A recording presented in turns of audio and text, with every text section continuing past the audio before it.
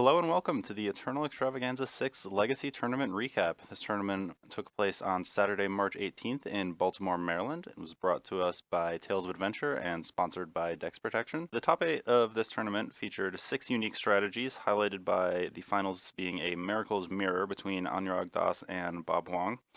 Interesting to note that these two players are roommates and played 74 of the same 75 cards. Anurag played 2 Snapcaster Mages and 4 Predicts, where Bob split them 3 and 3.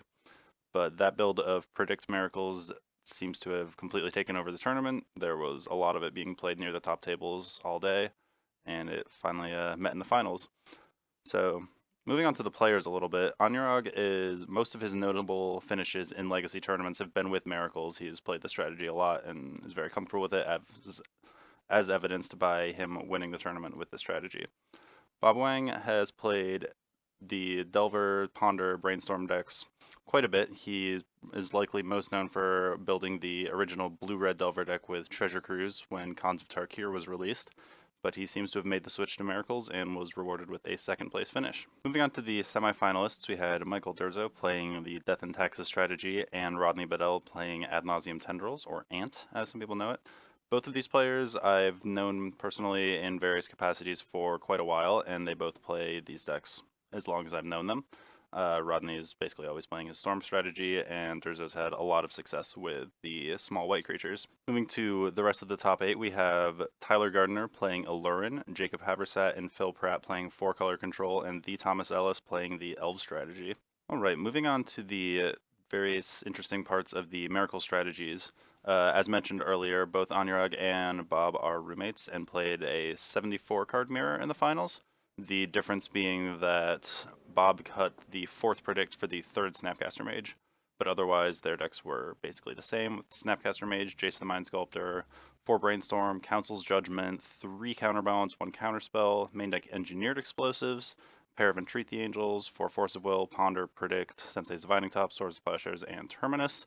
And then the usual smattering of fetch lands, tundras, some basic lands, and some volcanic islands to help with the red cards in the sideboard. The sideboard featured a Containment Priest, an Engineered Explosives, 3 Flusterstorms, a From the Ashes, a Mountain, 2 Pyroblasts, 2 Red Elemental Blasts, an extra Snapcaster Mage, 2 Surgical Extractions, and a single copy of Wear Tear. The Predict builds of Miracles are focused a bit more on playing a longer game with more card advantage that you get from a card like Predict. Playing with Sensei's Divining Top and Brainstorm makes it pretty easy to know the top card of your library at all times. You can put back something you don't want with the Brainstorm and then Predict to mill it away and draw 2 cards for your troubles. This is the build that's a little more likely to just pass with all its mana untapped every turn, so you can either use Sensei's Divining Top, cast Predict, cast Snapcaster Mage in an instant and get some value that way. But in general, you will be tapping out for a win condition a bit less on like the Monastery Mentor builds. Sometimes you just have to jam your Entreat the Angels or your Jace the Mind Sculptor, but the Miracle win conditions can also be done at instant speed through using the Sensei's Divining Top.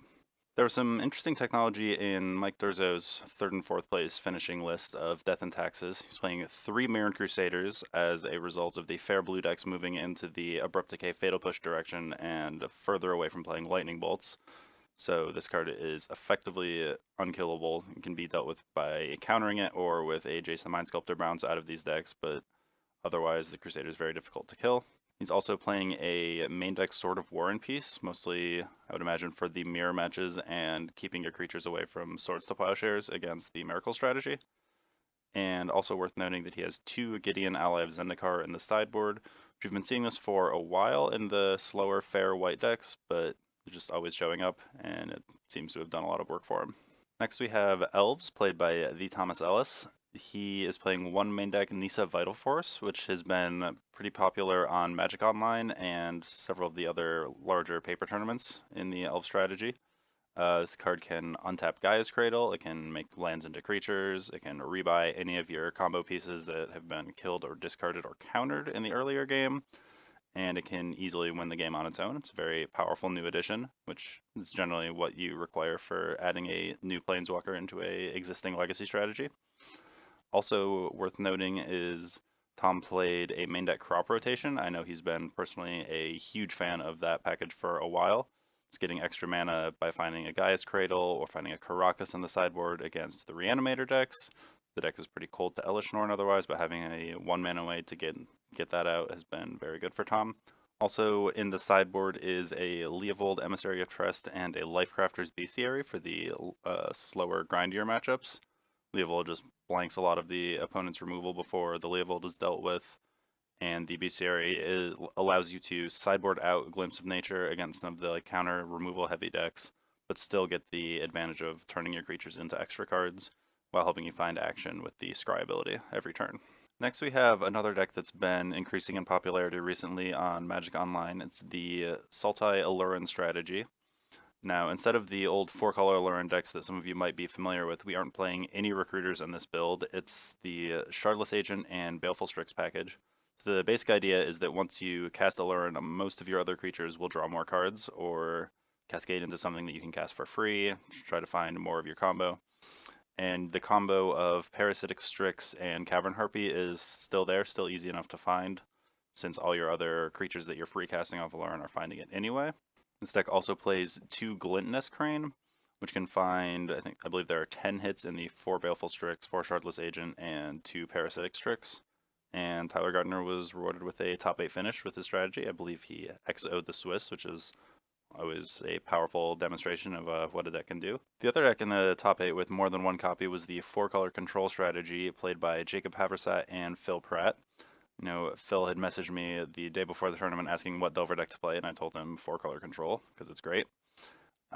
He played the exact list that I sent him, which I had taken from an article that Kevin King wrote, including the list from Noah Walker, who popularized it at the Team Open in Baltimore. Jacob Haversat played a similar build of it. He changed the 1 Abrupt Decay and 1 Liliana for a Murderous Cut and Engineered Explosives in the main deck, but otherwise the rest of the deck was the same. And this deck seems to be, it was very popular at the tournament. A lot of players at the top tables were playing it.